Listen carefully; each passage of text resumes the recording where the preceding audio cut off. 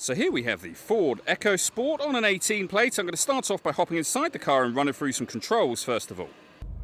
Okay, now that we're inside the car, we're going to start with the dials. On the left-hand side, we have the rev counter. On the right-hand side, the speedometer. In the middle at the bottom, the coolant temperature gauge and fuel gauge. And above that, the main trip computer, which includes the total miles of this car. They are 31,747. We have a digital readout for the speedometer beneath that. You can change that information using buttons on the steering wheel for various bits of trip computer, fuel economy information, your sat-nav, and back around to the beginning again. And the buttons I was just using are here. Beneath that we have cruise control and speed limiter, and on the right hand side we have phone and stereo controls for the car. The stereo itself is over in the center here. This is also where you would pair your phone. Search for your vehicle on your device and select it once it is found. And just follow the instructions on screen from there.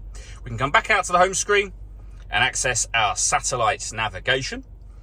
It's a full colour display. We've done a video showing how this works, which you can find on our website and also on our YouTube channel as well. Again, back out to the home screen and you've got your audio options. So this car has got AM, FM and DAB radio, Bluetooth audio, so you can stream your music wirelessly as well as making and receiving phone calls. This car's also got two separate USB inputs. So if you plug devices into those, they'll appear on the screen as further options for you. Working our way down from that, we have the climate control. So you can adjust the temperature inside the car, the fan speed, up and down of course. You can determine what direction you'd like the air to be distributed in, and when you're happy with those settings, your air conditioning is on at the minute, so you can turn that off, back on again, or hit auto. The car will now maintain this temperature by taking control of the fan speed and the direction of the air for you, which you can hear it doing. You can turn that up and down, or off completely by making any manual adjustment. And then you can put it back on your own settings for both fan speed and direction of the air.